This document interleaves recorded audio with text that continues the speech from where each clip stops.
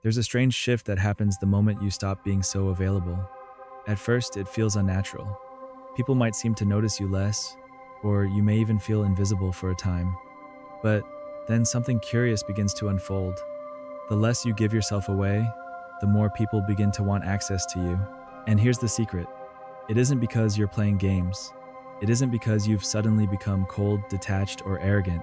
It's because human beings are wired to chase what feels rare. The moment your energy stops being a resource that anyone can take, you stop being ordinary.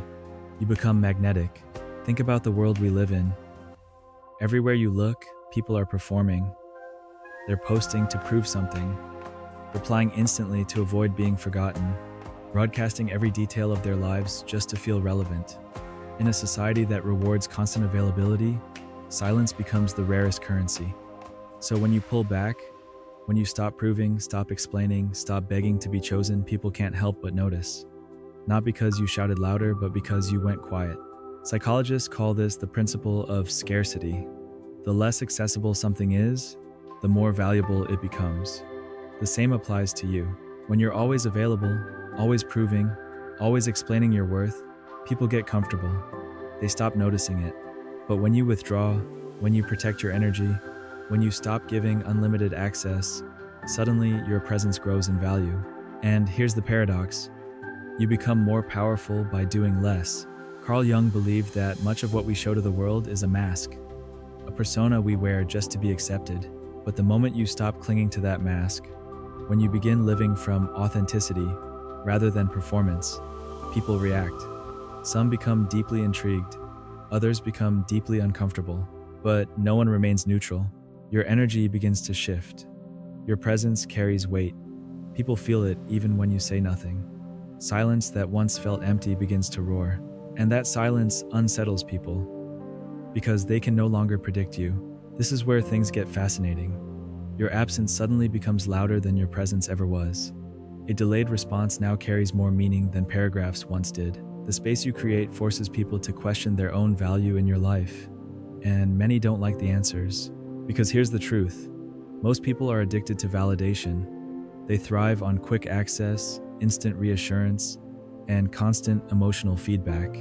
So when you stop feeding that cycle, when you stop rushing to prove or explain yourself, it feels like a threat. Not because you're angry, not because you're bitter, but simply because you're okay without them. And that kind of energy carries power, a silence that roars louder than any explanation. Here's what really happens. People start to overthink. They reread old conversations, searching for clues about when you changed. They notice every delay, every pause, every absence. They begin writing stories in their heads to explain you. The less you give away, the more their minds obsess over it. And the beauty of it is that you didn't set a trap, you didn't play a game, you didn't manipulate anything. You simply stopped pouring yourself into empty spaces. And in doing so, you broke a pattern. Humans crave predictability.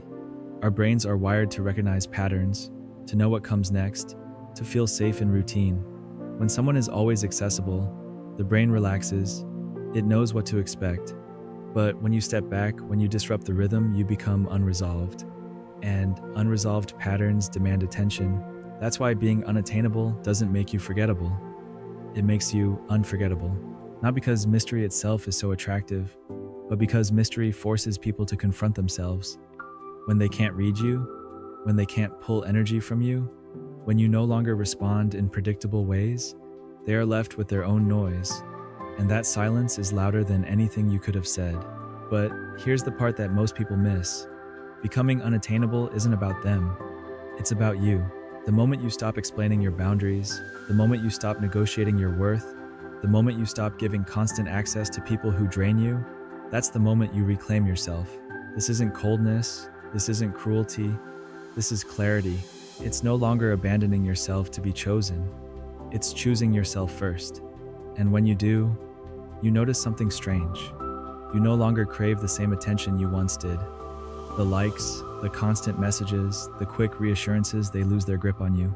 Instead, you begin to crave something else.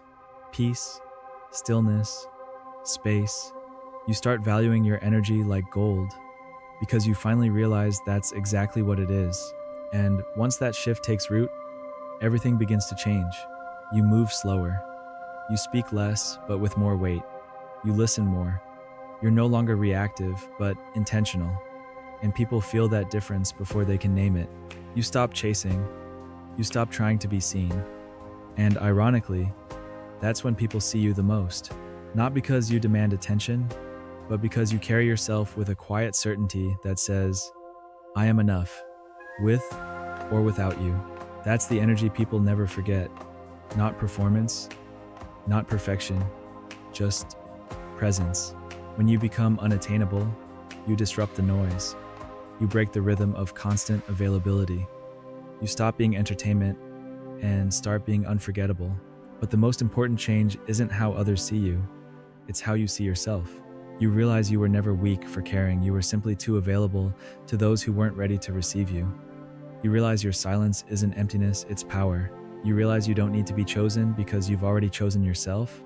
And once you live from that place, something incredible happens. Your peace expands, your clarity sharpens, your path unfolds without force, and you start to wonder how you ever tolerated anything less. So no, being unattainable isn't about being cold. It's about being whole. It's about protecting your energy, respecting your boundaries, no longer giving away what is priceless. And when you embody that, you don't have to chase anyone because the right people will always feel your presence and the wrong ones will always feel your absence. And either way, you'll be at peace.